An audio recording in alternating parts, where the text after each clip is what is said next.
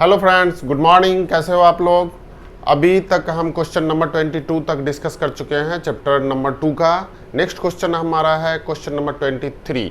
Question number 23 में जो है सो हम देखते हैं कि क्या करना है। लिखा हुआ है the electric current in a discharging RC circuit. Electric current जो है डिस्चार्जिंग आरसी सर्किट में, ये equation I is equal to I zero e to the power कितना है -t/RC दिया हुआ है। वहाँ पर यहाँ पर लिखा हुआ है कि IRC are constant and t is the time है। ठीक है, अब I0 का वैल्यू दिया हुआ है, 6 का वैल्यू, R का वैल्यू, कैपेसिटर का वैल्यू भी दिया हुआ है और ओम रेसिस्टेंस का वैल्यू भी दिया हुआ है। ठीक है, तो आपको पहला जो निकालने के लिए बोल रहा है कि find the current at t is equal to 0.2 second पर आपको करंट निकालना है। तो गिवन एक्सप्रेशन दिया हुआ है I is equal to I0 e to the power -t/RC। तो हम क्या करते हैं, -t/RC का वैल्यू निकालते हैं। तो -t तो t ही रहेगा और RC का वैल्यू कितना हो जाएगा, R इज इक्वल टू हो गया 6.0 10 टू द पावर 5 और ये जो है microfarad 0.5 into 10 to the power -6। ठीक है, तो ये कितना हो जाएगा -t/3 into 10 to the power -1 बच जाएगा, क्योंकि ये दोनों से कैंसिल हो जाएगा और 6 5 जब 30 होगा तो 0.3 हो जाएगा, 3.0 हो जाएगा। राइट, तो ये हम लिख सकते हैं t/0.3। राइट, तो ये एक्सप्रेशन आपका निकल गया। तो चेंज इक्वेशन क्या हो गया, I इज इक्वल टू जो है और इसका वैल्यू 2 एम्पियर था, तो 2 e to the power -t/0.3 ये इक्वेशन हो गया। राइट, तो अब पहला जो सॉल्यूशन है, पहला बोल रहा है कि जब टाइम का वैल्यू 0.3 सेकेंड होगा तो करंट कितना हो जाएगा। ठीक है, तो करंट निकालने के लिए आपको क्या करना पड़ेगा, इसमें t का वैल्यू पुट करना पड़ेगा। तो क्या हो जाएगा 2 into T to the power -0.3/0.3, तो क्या हो जाएगा 2/e हो जाएगा। करेक्ट, क्योंकि 0.31 हो जाएगा और e टू द पावर -1 को हम लिख सकते हैं e के पावर 1/e। तो करंट जो है at time t is equal to 0 point पर इतना एम्पियर हो गया। राइट, अब दूसरा क्वेश्चन में है कि find the rate of change of current at t is equal to इतना। तो rate of change of current equation हम मान लेते हैं, ये इक्वेशन 1 मान लेते हैं। ठीक है, तो I इज इक्वल टू दिया हुआ है 2, मैंने सारे पुट कर दिए वैल्यू, -t/0.3 हो गया। तो अगर इसको हम dy/dt लेते हैं तो क्या हो जाएगा 2 इंटू माइनस साइन हो जाएगा और ये 0.3 हो जाएगा। ठीक है, into e to the power -t/0.3 होगा, क्योंकि आपको पता है कि di/dt इज इक्वल टू कैसे होता है यहाँ पर। तो इसको हम लिख सकते हैं 2 इंटू जो इसका एक्सप्रेशन था, तो -1/0.3 था इंटू इंटू डी के पावर -t/0.3 था, तो इसको हटा दे सकते हैं हम, तो इतना बटा dt था।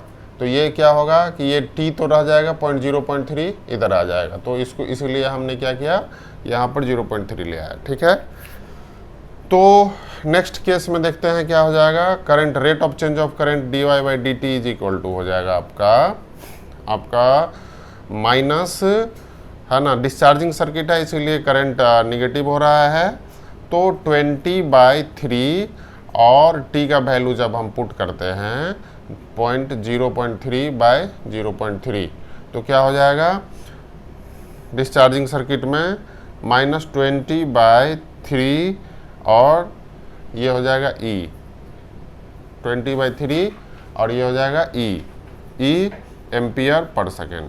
ठीक है, अब जो थर्ड एक्सप्रेशन निकालना है, थर्ड एक्सप्रेशन निकालना है कि फाइंड द रेट, ये तो हो गया find the approximate current at t is equal to 0.3 second. तो t is equal to 0.31 second पर आपको अप्रोक्सीमेट करंट निकालना है। तो t is equal to 0.3 second पर हम निकाल चुके हैं करंट। अब हमको निकालना है t is equal to 0.31 second है, राइट। तो 31 सेकेंड को हम लिख सकते हैं, क्या लिख सकते हैं, तो इसमें डेल्टा t जो चेंज हो गया टाइम, वो कितना हो गया 0.01 सेकेंड, ठीक है। तो आपको करंट निकालना है 0.01 सेकेंड पर करंट निकाल लेंगे। तो इस एक्सप्रेशन से जो है हम देखते हैं, तो dy इज इक्वल टू कितना है आपका, dy इज इक्वल टू हो गया -20/3e, ये वाला दूसरा इक्वेशन से, इंटू dt, राइट। अब dt का वैल्यू अगर हम 20/3e इंटू dt का वैल्यू अगर हम 0.01 सेकेंड लिखते हैं, तो ये क्या हो जाएगा, -0.2/3e, ठीक है, डी स्मॉल करंट का वैल्यू। तो अब हमारा जो करंट होगा 30 सेकेंड पर, जो 0.3 सेकेंड पर जो करंट था वो पहले वाले में हम निकाल चुके हैं। तो पहले वाले में कितने निकले थे, 2 तो करंट इज इक्वल टू हो जाएगा टोटल करंट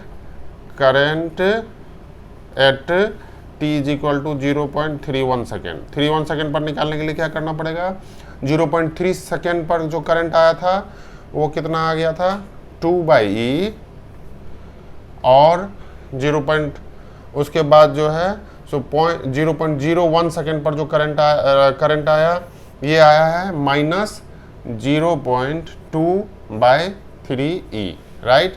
तो इसको हम क्या कर लिख सकते हैं, इसको लिख सकते हैं 6 - 0.2/3e, राइट।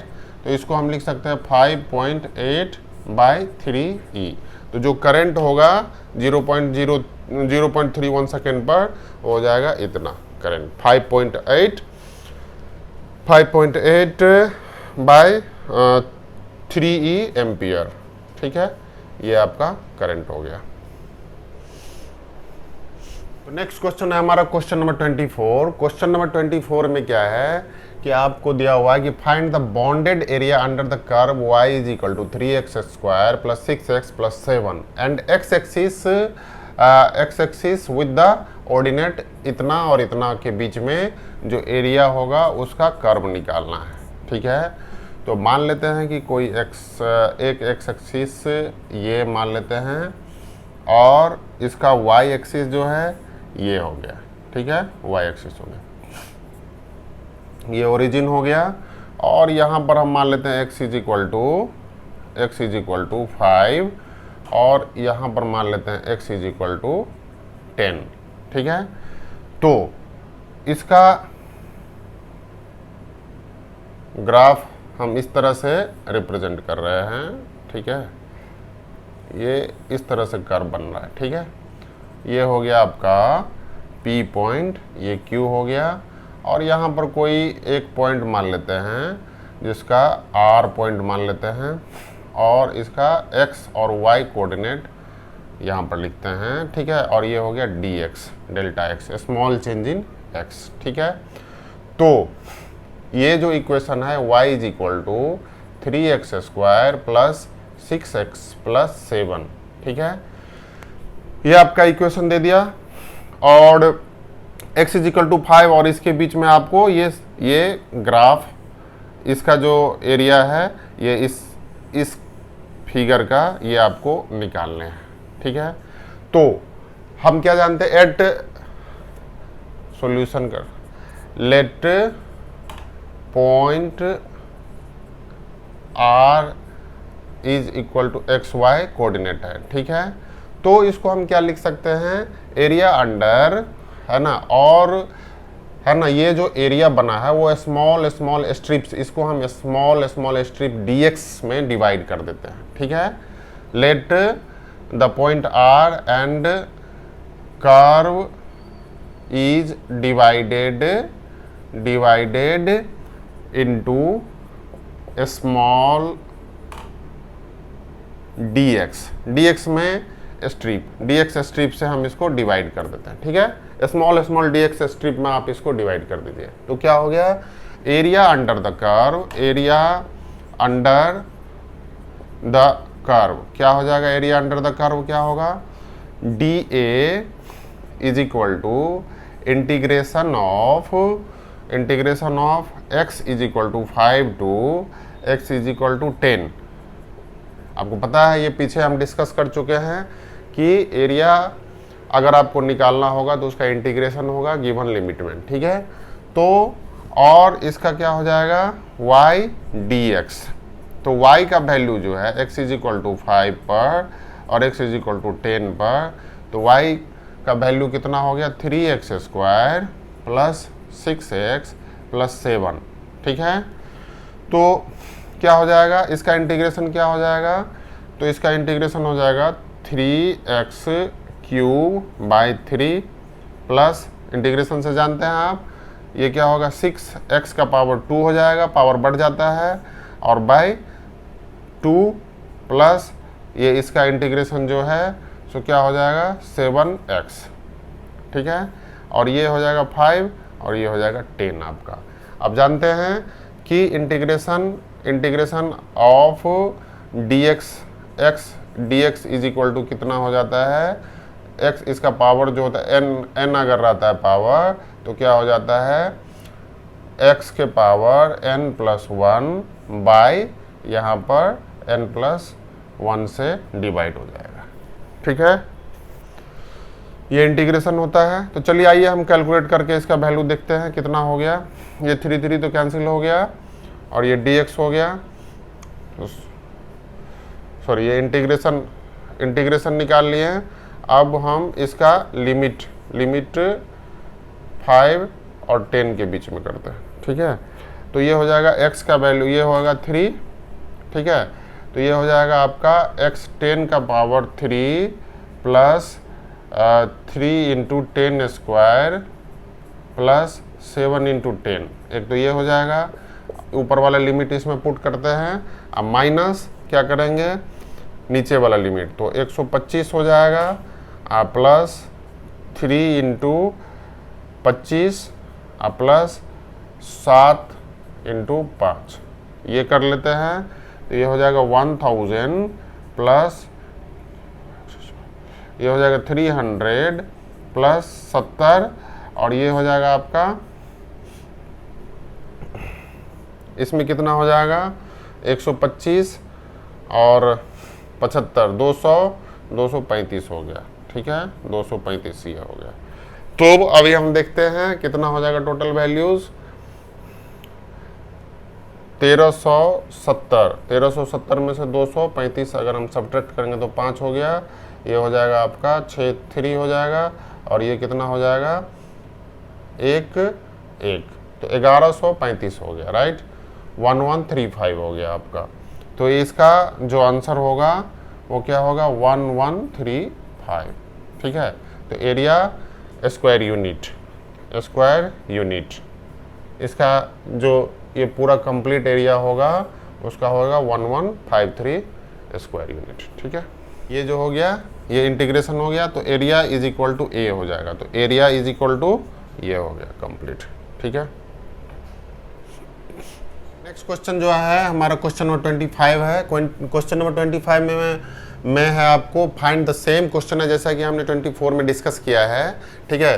तो इसमें बता रहा है कि find the area enclosed by the curve y is equal to sine x and x axis between x is equal to 0 and pi के बीच में एरिया निकालना है, ठीक है। तो एरिया इज इक्वल टू आप जानते हैं क्या हो जाएगा y, है ना, y dx, तो y का वैल्यू आपका कितना है, और बिटवीन कर्व 0 यहाँ पर और यहाँ पर पाई हो जाएगा, राइट। तो y का वैल्यू हो गया यहाँ पर 0 टू पाई, आपको इंटीग्रेट करना है, y का वैल्यू हो गया आपका साइन x, ठीक है, साइन x और ये dx।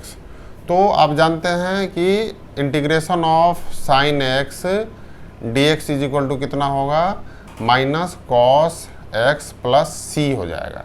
वेयर c क्या है, where c is any constant, constant होता है, ठीक है।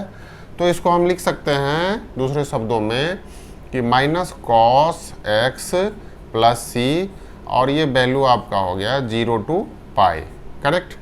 अब हम क्या करते हैं कि इसका 0 पाई वैल्यू पुट करते हैं, तो माइनस कॉस पाई प्लस सी एक इक्वेशन हो गया, एक एक्सप्रेशन हो गया। फिर माइनस करते, लोअर लिमिट देते हैं, तो माइनस कॉस 0 0 और कॉस 0 अब प्लस सी, ठीक है। दूसरा लिमिट, तो ये कॉस पाई का वैल्यू कितना होता है, कॉस पाई का वैल्यू होता है, बताइए, कॉस पाई मतलब क्या हो गया, कॉस 180 डिग्री, कॉस 180 डिग्री का वैल्यू -1 होता है। और कॉस 0 डिग्री का वैल्यू कितना होगा, कॉस 0 डिग्री का ये वैल्यू हो जाएगा आपका 1। तो इसमें पुट करते हैं वैल्यू, तो -1 इंटू -1 प्लस सी हो जाएगा, और ये हो जाएगा माइनस माइनस प्लस, और कॉस का वैल्यू कितना था, कॉस का 0 का वैल्यू था 1, और ये हो गया माइनस सी कैंसिल हो गया, तो ये कितना हो जाएगा 1 + 1 यानी कि 2। एरिया अंडर द कर्व हो जाएगा 2।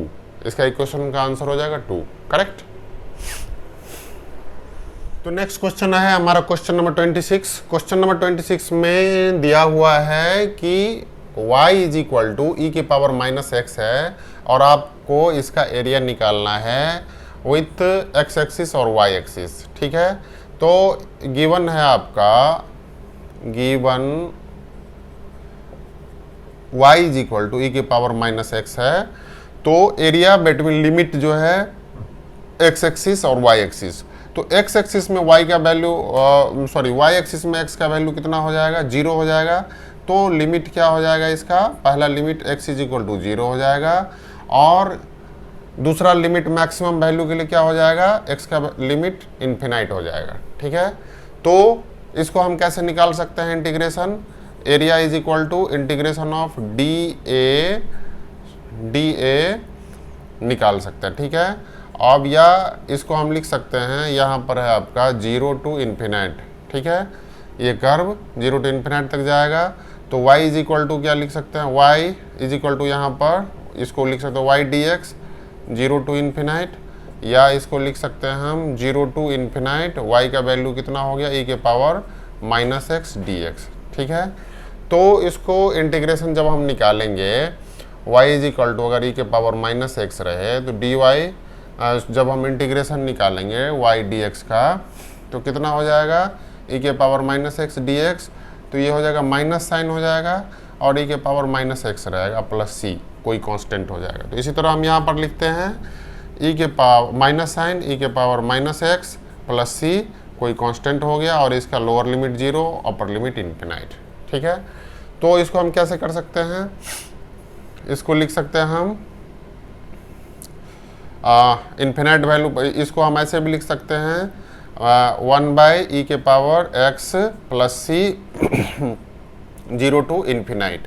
तो x के बदले में आप इन्फिनाइट जब पुट करेंगे, तो 1/e के पावर इन्फिनाइट प्लस c, और माइनस दूसरे केसेस में माइनस e के पावर 0 पुट करेंगे प्लस c, तो c तो कैंसिल हो गया।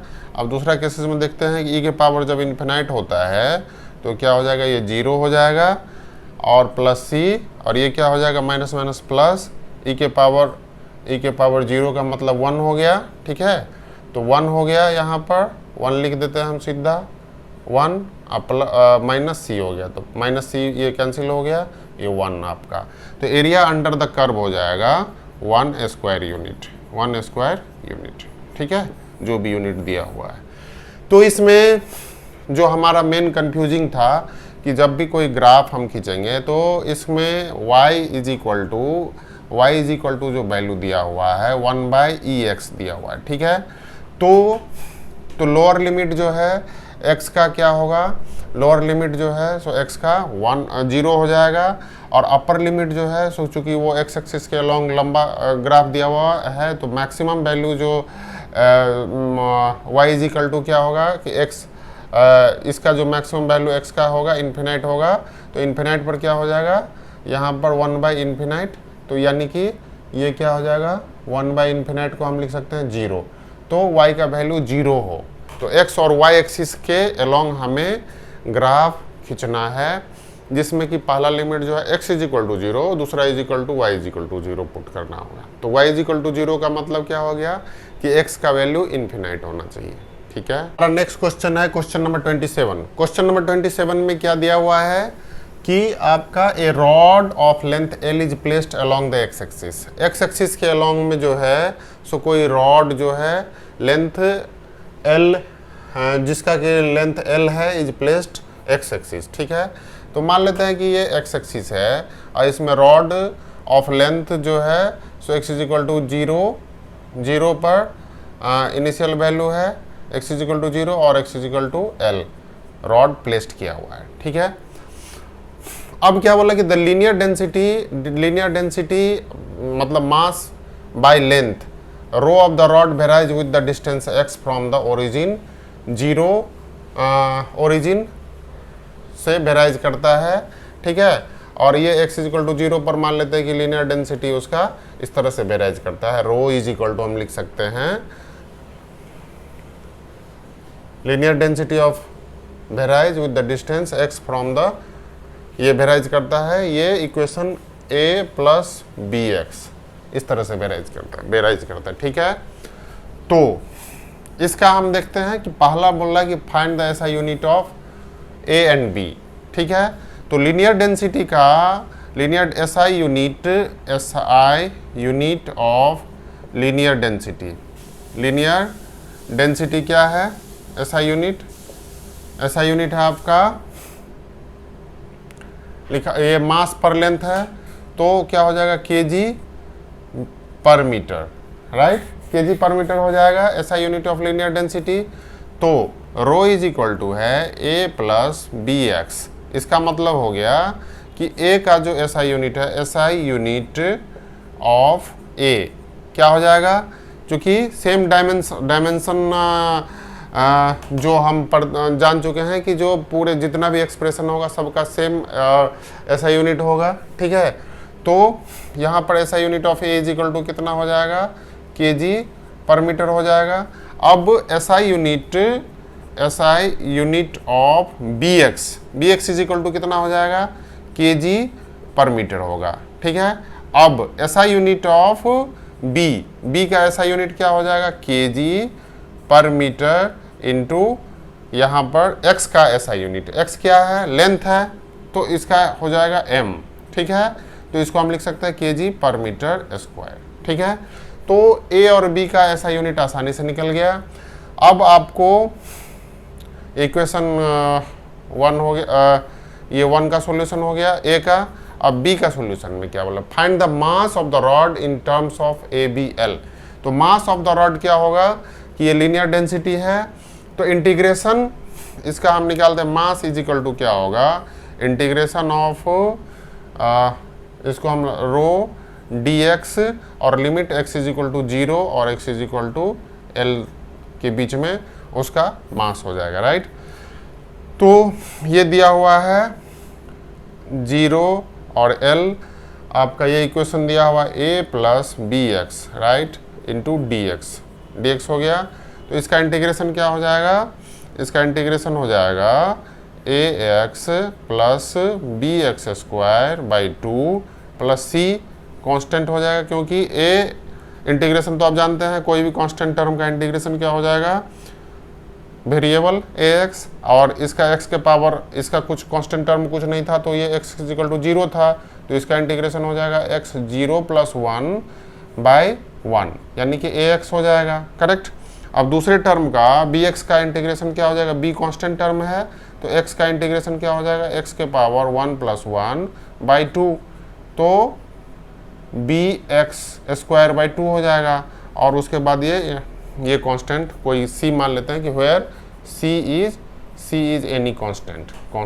ठीक है, तो अभी क्या हो जाएगा आपका a, ठीक है, देखते हैं कि ये पहला वाला लिमिट जो है सो 0 है, तो सिर्फ l का वैल्यू हम पुट करते हैं, तो a l plus B L square by 2 और प्लस सी हो गया और इसमें माइनस सी हो गया, बाकी ये जो है वो जीरो पुट करने पर कैंसिल हो जाएगा, तो ये हो जाएगा A L plus B L square by 2, यही इसका मास हो जाएगा। ठीक है, mass of the object is equal to यही हो जाएगा। नेक्स्ट क्वेश्चन है हमारा क्वेश्चन नंबर 28। क्वेश्चन नंबर 28 में दिया हुआ है कि the momentum p of the particle changes with the time t according to the relation dp by dt is equal to, ये रिलेशन के अकॉर्डिंगली मोमेंटम चेंज होता है। ठीक है, dp by dt is equal to 10 newton plus 2 newton per second time. अब ये बोल रहा है कि कंडीशन दिया हुआ है, if the momentum is zero at time is equal to zero, what will be the momentum at t is equal to 10 second. 10 second पर मोमेंटम क्या होगा ये निकालना है। ठीक है, तो सबसे पहले हम देखते हैं कि इसका मोमेंटम क्या हो जाएगा। तो momentum is equal to p अगर हम करते हैं तो इंटीग्रेशन ऑफ dp हो जाएगा, है ना। तो इसको हम लिख सकते हैं 10 newton plus 2 newton per second into T, और ये इसको हम ब्रैकेट बिग ब्रैकेट में डाल देते, ये हो जाएगा आपका इंटीग्रेशन। ठीक है, इंटीग्रेशन यानी कि ये मोमेंटम हो जाएगा। अब इसका हम मोमेंटम अगर निकालते हैं with respect to time, dp by dt दिया हुआ है आपको, dp बाई dt दिया हुआ है is equal to 10 newton plus 2 newton per second और टाइम ये दिया हुआ है। ठीक है, तो dp एरिया ये dp हो जाएगा, यानी कि momentum p is equal to कितना हो जाएगा, इसको हम इस टर्म में लिख सकते हैं। ठीक है, तो अब इसका इंटीग्रेशन निकालते हैं। इंटीग्रेशन कितना हो जाएगा, 10 न्यूटन इंटू टी हो जाएगा। ठीक है, और इधर क्या हो जाएगा 2 newton per second into T square by 2 हो जाएगा, ये 2 कैंसिल कर सकते हैं, और प्लस सी हो जाएगा। ये इक्वेशन आपका 1 मान लेते हैं। ठीक है, तो एनी टाइम उसका मोमेंटम जो हो जाएगा, मोमेंटम क्या हो जाएगा, p is equal to any time t पर मोमेंटम हो जाएगा आपका 10 प्लस टी स्क्वायर, राइट, और प्लस c कांस्टेंट है, ये हो जाएगा न्यूटन सेकेंड। न्यूटन सेकेंड इसलिए हो जाएगा क्योंकि इसका ये न्यूटन था और इसमें टाइम था, तो इसलिए इस पॉइंट ऑफ व्यू से इसका क्या हो जाएगा, जब टाइम के रूप में इंटीग्रेशन होगा तो इसका यूनिट हो जाएगा न्यूटन सेकेंड पूरे सिस्टम का। ठीक है, तो ये हो जाएगा आपका momentum at this any time, इसको हम इक्वेशन 1 मान लेते हैं। अब at t is equal to 0 पर मोमेंटम क्या है, 0 है। जब t इज इक्वल टू 0 होगा तो मोमेंटम क्या हो जाएगा, 0 हो जाएगा जो दिया हुआ है। तो क्या हो जाएगा, कांस्टेंट वैल्यू इसमें अगर हम पुट करते हैं तो ये सारे टर्म 0 हो जाएगा, तो 0 प्लस सी, यानी कि c का वैल्यू क्या हो गया 0, यानी कांस्टेंट टर्म क्या है 0। तो आपका जो इक्वेशन हो जाएगा t इज इक्वल टू 0 पर p 10t plus T square, right, ये हो जाएगा। अब momentum at t is equal to 10 second, 10 second पर मोमेंटम क्या हो जाएगा, p is equal to t into 10 by ये हो जाएगा 10 इंटू 10, राइट, और ये हो जाएगा न्यूटन सेकेंड जैसा कि हमने निकाला है। तो इसको हम लिख सकते हैं 100 प्लस 100 यानी 200 न्यूटन सेकेंड। न्यूटन सेकेंड को 1 न्यूटन इज इक्वल टू क्या होता है, 1 न्यूटन इज इक्वल टू क्या होता है, फोर्स का यूनिट है ना न्यूटन, तो 1 न्यूटन इज इक्वल टू होता है 1 kg metre per second square, right. तो 1 न्यूटन इज इक्वल टू हो जाएगा आपका 1 kg metre per second square, और 1 newton second is equal to क्या हो जाएगा, यहाँ पर सेकेंड हो जाएगा। तो ये क्या हो जाएगा आपका यूनिट इसका 1 kg, इसका हो जाएगा आपका यहाँ पर हम लिखते हैं 200 kg मीटर पर सेकेंड। आप जानते हैं कि momentum is equal to generally p is equal to mv होता है, तो mv यानी कि मास इनटू वेलोसिटी, तो इसीलिए इसका यूनिट ये हो गया। ठीक है, क्लियर। तो यहाँ पर यही निकालना था कि टी मोमेंटम जो है p इज इक्वल टू 0 था at time t is equal to 0 पर, तो इससे आपका कांस्टेंट का टर्म वैल्यू निकल जाएगा। जब कोई चीज़ को जब आप कोई एक्सप्रेशन को इंटीग्रेट करते तो उसका यूनिट या डायमेंशन जो होते हैं सो मल्टीप्लाई हो जाते हैं, जो लोअर लिमिट्स होते हैं, लोअर वाले टर्म डिनोमिनेटर होते हैं। जैसे यहाँ पर dp/dt था, तो t से dt से हम इंटीग्रेट किए तो उसका टाइम से मल्टीप्लाई हो जाएगा। टाइम यानी टाइम का यूनिट सेकेंड है, तो इसको सेकेंड से मल्टीप्लाई हो जाएगा, राइट। ये चीज़ इंपॉर्टेंट है समझने के लिए। नेक्स्ट क्वेश्चन है हमारा क्वेश्चन नंबर 29। तो इसमें क्या है, क्वेश्चन नंबर 29 में कि आपको dy/dx दिया हुआ है x², ठीक है। तो इसको y का टर्म में फंक्शन निकालना। y के टर्म में फंक्शन निकालने के लिए क्या करेंगे, हम इसको लिख सकते हैं dy is equal to x² into dx। अब इसको आप इंटीग्रेट कर दीजिए। जब आप इंटीग्रेट करेंगे तो क्या हो जाएगा, ये लेफ्ट साइड वाले हो जाएगा y और राइट साइड वाले क्या हो जाएगा x³ प्लस c, ठीक है। तो ये हो गया आपका y के टर्म में रिलेशन। ये बहुत ही आसान था, where c is any constant, ठीक है। क्वेश्चन नंबर 30 में क्या है कि write the number of significant digit. इसमें आपको 4 क्वेश्चन दिए हैं, इसमें सिग्निफिकेंट डिजिट निकालना है। तो सॉल्यूशन देखते हैं हम ए का। तो इसमें क्या है कि नंबर ऑफ सिग्निफिकेंट डिजिट कितना हो जाएगा, तो नंबर ऑफ सिग्निफिकेंट डिजिट हो जाएगा आपका यहाँ पर 101 में। ये चारों नंबर जो है कितने हैं, 1 2 3 4 है, तो ये 4 हो जाएगा। ये 4 इसलिए क्योंकि डेसिमल से पहले या मेन डेसिमल से पहले अगर कोई नंबर आता है तो उसको हम इनसिग्निफिकेंट कहते हैं। तो इसमें 4 नंबर है तो 4 नंबर हो जाएगा। दूसरे केसेस में कितने हो जाएंगे आपका, नंबर ऑफ सिग्निफिकेंट इन 1001, यानी कि इसको रिप्रेजेंट करने के लिए हमको ये सारे नंबर चाहिए, तो इसका भी 4 हो जाएगा। और सी में क्या है, इसमें हो जाएगा 110, तो इसमें कितने हो जाएंगे सिग्निफिकेंट, 5 हो जाएगा, क्योंकि ये 5 नंबर ही चाहिए रिप्रेजेंट करने के लिए। लेकिन डी जो है इसमें नंबर ऑफ सिग्निफिकेंट डिजिट कितना हो जाएगा, 0.001001। तो ये दोनों जो डिजिट है डेसिमल के बाद जो है इसका कोई सिग्निफिकेंट नहीं है, नॉन सिग्निफिकेंट डिजिट है, नॉन सिग्निफिकेंट, राइट। तो इसलिए इसमें हो जाएगा 4, ये चारों हो जाएगा 4 नंबर हो जाएगा, ठीक है।